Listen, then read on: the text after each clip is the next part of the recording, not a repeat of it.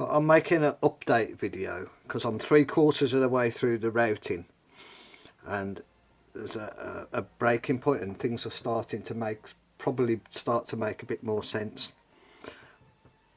I've got a few double faces left to do, 3, but the first 2 of matching sides have come together, which is 3 and 4 are the first 2 that will.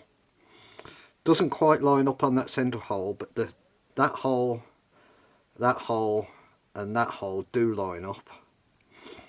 It's inevitable, you can't route 100% consistently like that, but when I stick these together I can power carve and blend that in quite easily, and when the sphere's turned and it exposes the holes on the outside, you can power carve those in and you've got plenty of reach into there, if you know what I mean.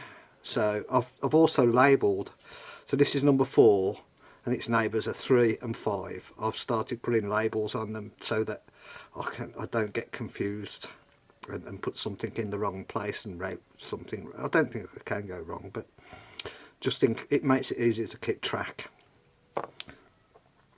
So I've got 2, 3 and 4 are out, so that means 1, that's 1, 5, 5 and 6 are in there.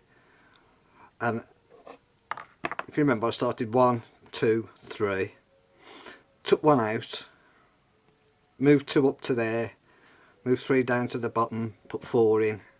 So you just keep cycling round until you get back to 6, 1, 2. You know, you get 5, 6, 1, and then 6, 1, 2. This is where I am now. It would be the last 2 routes, the last 4 faces. I had to modify this jig. I should have screwed this together, you know, made it more robust, but it is holding out. The timber was a bit loose in there, so I drilled through these supports in the centres of the staves with a 5mm drill. Then I counterbored it apart from 1/2 inch with a 10.5mm drill, tapped it with an M6 tap, and then put a 1-inch M6 screw inside the hole. So in there I can stick this long hex driver in and just clamp that against the back rail, and that holds it really well enough to route anyway, so it's had no problems. It was vibrating before and that was no good, so you know, it was causing the peaks to go backwards and forwards. So see, it's still a very tiny bit of wobble. I can tighten that out. That is in there pretty tight though. Anyway, that tiny bit of wobble hasn't proved to be a problem. So yeah, the routing's going good. Just thought I'd show you that because it starting to make sense. That there, those 2 mirrored faces. Now the first of the 6, you know, pairs of faces to come together, and you can start to see how we're going to get little networks like an ant's nest inside.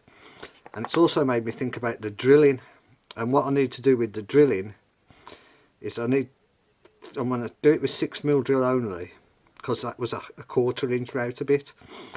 So I'm going to connect from one side to the other through the existing network. I'm just going to put cross joins across the existing network and also joins into the network from the face.